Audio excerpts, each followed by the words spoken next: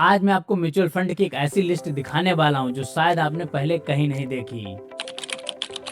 जब 2025-26 में Indian market गिर रहा था, निफ्टी 26,000 से गिरकर 22,000 तक आया, तब 5 कैटेगरीज के इन 15 म्यूचुअल फंड्स ने ऐसे रिटर्न दिए जिन्हें देखकर आप हैरान रह जाएंगे। चौंकाने वाली बात है, अक्सर लोग गोल्ड की बातें किया करते थे, लेकिन इस साल सिल्वर ने जो रिटर्न दिया है वो सभी रिकॉर्ड को तोड़ देता है। इसीलिए ये सिल्वर फंड जिन्होंने टॉप रिटर्न दिए मैं आपको बताता हूँ। नंबर 3 पर है DSP सिल्वर ETF, जिसने एक साल में करीब 111% का रिटर्न दिया। नंबर 2 पर है Kotak silver ETF fund of fund, जिसने करीब 112% एक साल में रिटर्न दिया। और नंबर 1 पर है SBI silver ETF fund of fund, जिसने करीब 113% तक का रिटर्न दिया।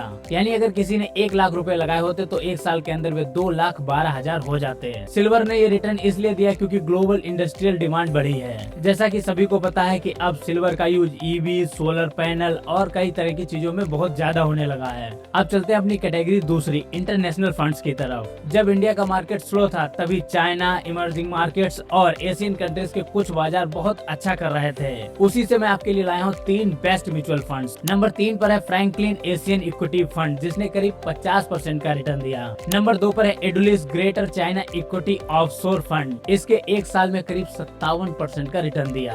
इसके बाद आता है नंबर 1 पे edulis emerging market opportunity fund, जिसने करीब 68% का रिटर्न दिया। यह फंड ग्लोबली इमर्जिंग मार्केट्स में इन्वेस्ट करता है। इसके बाद हमारी तीसरी कैटेगरी है गोल्ड फंड्स। गोल्ड को हमेशा से सेफ माना गया है और इस बार भी गोल्ड ने निराश नहीं किया है। इस कैटेगरी का नंबर 3 का फंड है DSP gold ETF fund of fund, जिसने एक साल में करीब 48.84% का रिटर्न दिया। नंबर 2 पर है एक्सिस गोल्ड फंड, उसने भी करीब 48% का रिटर्न दिया। और नंबर 1 पर है quantum gold ETF fund of fund, इसने करीब 49% का रिटर्न दिया।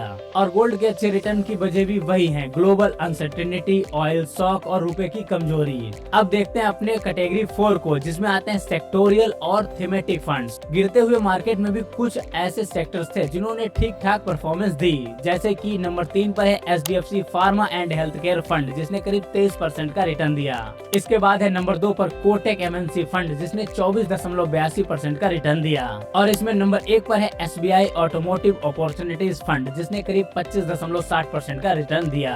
अब देखते हैं अपनी कैटेगरी 5 मल्टी एसेट फंड्स। यह हमारी 5वीं और आखिरी कैटेगरी है जिसने ठीक ठाक रिटर्न दिए हैं। इसमें नंबर 3 पर है Nippon India multi asset allocation fund, जिसने करीब 14.91% का रिटर्न दिया। नंबर 2 पर है ABSL multi asset allocation fund, जिसने 14.96% का रिटर्न दिया। इसके बाद आता है number 1 union multi asset allocation fund, जिसने करीब 15% का रिटर्न दिया। वैसे तो ये रिटर्न कोई बहुत ज्यादा नहीं है, लेकिन गिरते हुए मार्केट में इतने रिटर्न भी बहुत ही अच्छे हैं। और मैं आपको बता दूं, ये वीडियो किसी तरह का सजेशन नहीं है, ये सिर्फ एजुकेशन पर्पज के लिए है। ये 15 म्यूचुअल फंड्स देखने के बाद एक जरूरी बात यह है कि यह लिस्ट देखकर ये मत सोचिए कि अब मैं सिल्वर या इंटरनेशनल फंड में लगाऊंगा, क्योंकि जब भी इंडियन इक्विटी मार्केट रिकवर करेगा, और हिस्ट्री कहती है वो जरूर करेगा, तब इन कैटेगरीज की चमक फीकी पड़ सकती है। असली बात यह है कि हर मार्केट साइकिल में अलग कैटेगरी परफॉर्म करती है, इसलिए सबसे जरूरी बात यह है कि अपने पोर्टफोलियो को डाइवर्सिफाई करके रखें और डिसिप्लिन से SIP चालू रखें। दोस्तों, वीडियो अच्छी लगी तो वीडियो को लाइक जरूर करें और ऐसे ही म्यूचुअल फंड से रिलेटेड नॉलेज के लिए चैनल को सब्सक्राइब करें।